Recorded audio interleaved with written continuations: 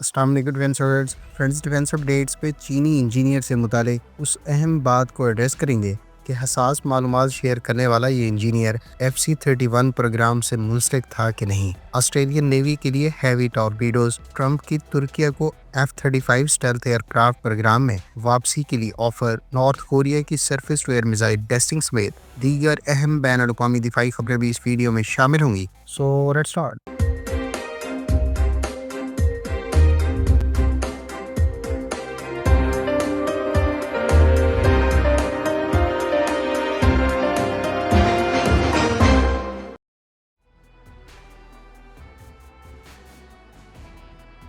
Friends, चीन की ministry of state security ने अब से चंद रोज पहले तस्दीक की है कि एक इंजीनियर को अहम मालूमात गैर मुल्की खुफिया एजेंसी को फरोख्त करने पर सजाए मौत सुनाई गई है। लियो नामी इस इंजीनियर के बारे में कहा गया है कि एक मकामी रिसर्च एंड डेवलपमेंट फर्म में काम कर रहे थे, जबकि इस इंजीनियर से मुतालिक पहले ही सोशल मीडिया पर रिपोर्ट्स शाया हो चुकी हैं। ताहम MSS की जानिब से पहली मरतबा इस केस की तस्दीक और सिक्योरिटी ब्रीच से मुतालिक तफसीलात के अलावा इस पर सजा की तस्दीक की गई है। लियो के बारे में कहा गया है कि उसने प्रमोशन ना मिलने पर कंपनी से कुछ अर्सा पहले रिजाइन कर दिया था और वो कुछ अरसे से इन्वेस्टमेंट फर्म के साथ मुंसलिक थे। ताहम माली तौर पर परेशानी को लेकर उन्होंने इस किस्म का इकदाम उठाया। लियो ने गुज़श्ता कुछ अरसे में 6 ममालिक के बैरूनी दौरे भी किए, जिसका मकसद गैर मुल्की इंटेलिजेंस एजेंसियों से राब्ते और मुतल्लिका हसास मालूमात की फराहमी था। फ्रेंड्स, अब हम इस सारे मामले के दूसरे और सबसे अहम पहलू पर आते हैं।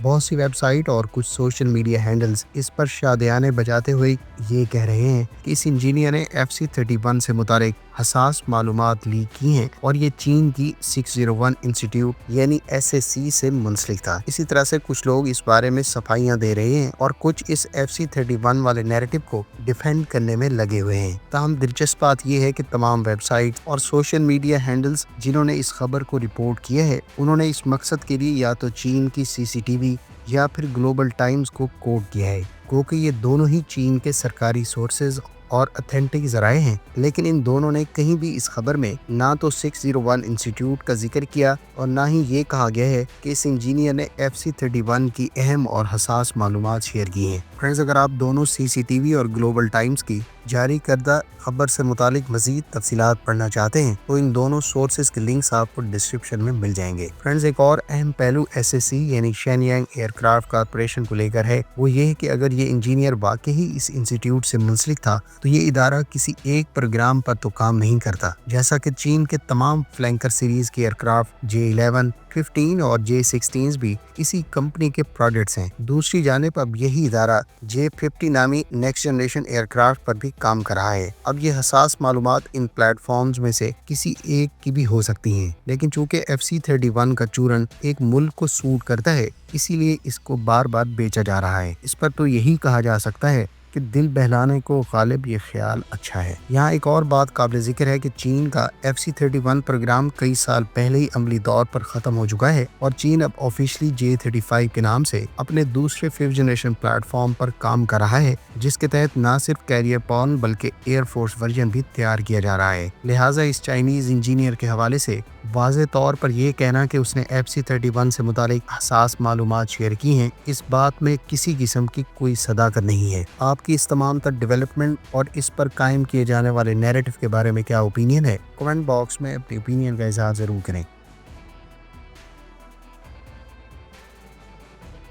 लिए कि हुकूमत ने $200 मिलियन की लागत से बड़ी तादाद में अमरीकी साख्ता MK-48 टॉर्पीडोज अक्वायर करने का फैसला किया है। ऑस्ट्रेलिया की जानिब से ये हैवी वेट टॉर्पीडोज उसके सबमरीन फ्लीट के लिए अक्वायर किए जा रहे हैं। ऑस्ट्रेलियन हुकाम की जानिब से कहा गया है कि ये हैवी वेट टॉर्पीडोज ऑस्ट्रेलिया की कोलिंस क्लास सबमरीन्स के लिए न सिर्फ ऑफेंसिव बल्कि डिफेंसिव कैपेबिलिटीज के नुक्ता नज़र से भी खास से अहम साबित होंगे। ख्याल रहे कि MK-48 सीरीज के टॉर्पीडोज ऑस्ट्रेलियन गवर्नमेंट और US गवर्नमेंट के मुश्तरका प्रोजेक्ट के तहत तैयार किए गए हैं और ये इस वक्त न सिर्फ रॉयल ऑस्ट्रेलियन नेवी बल्कि यूनाइटेड स्टेट्स की नेवी के भी ज़ेर इस्तेमाल हैं। شمالی کوریا کے بارے میں اطلاعات ہیں کہ اس نے 2 روز پہلے surface to air missile system کو ٹیسٹ فائر کیا ہے۔ میڈیا رپورٹ کے مطابق اس نئے surface to air missile system کی ٹیسٹنگ کو North Korean leader Kim Jong Un نے سپروائز کیا۔ خیال رہے کہ یہ surface to air missile system ایک ایسے موقع پر ٹیسٹ کیا گیا ہے جب روس کے سیکیورٹی چیف اپنے سرکاری دورے پر نارتھ کوریا پہنچے ہیں۔ 20 مارچ کو ٹیسٹ فائر کیے گئے surface to air missile system کے بارے میں ماہرین کا خیال ہے کہ یہ پیونگیانگ 5 یا پھر KN-6 جس کو پیونگیانگ 6 کہا جاتا ہے انہی ایگزسٹنگ سسٹمز پر بیسڈ امپروو ورژن ہے۔ خیال ہے کہ پیونگیانگ 5 S-125 پر بیسڈ ہے جو کافی حد تک چائنیز اور سوویت سسٹم سے انفلوئنس ہے۔ KN-6 کے بارے میں ماہرین کا کہنا ہے کہ یہ چائنیز HQ-9 اور رشین S-300 سے انسپائرڈ ہے۔ تاہم لیٹسٹ سسٹم کے بارے میں ابھی تک یہ واضح نہیں کہ یہ کتنی رینج پر ایریل تھریٹس کو انٹرسیپٹ کر سکتا ہے۔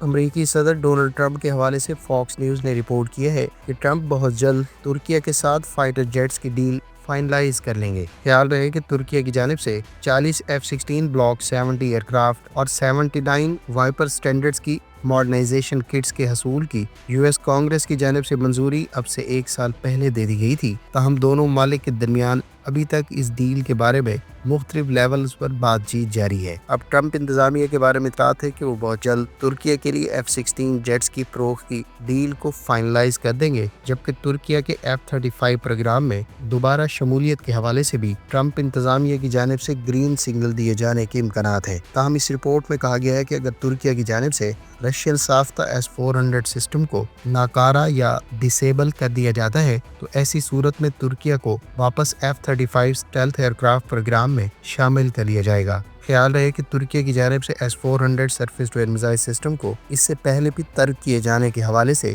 یہ آئیڈیا فلوٹ کیا گیا تھا کہ اگر ترکیہ ایسا کرتا ہے تو اس صورت میں امریکہ ترکیہ کو واپس F-35 اسٹیلتھ ایئرکرافٹ پروگرام میں شامل کر لے گا۔ فرینڈز، آپ کی اس ڈیولپمنٹ اور ترکیہ کی جانب سے S-400 کو ترک کیے جانے کے حوالے سے کیا اوپینین ہے، کمنٹ کر کے ضرور بتائیں۔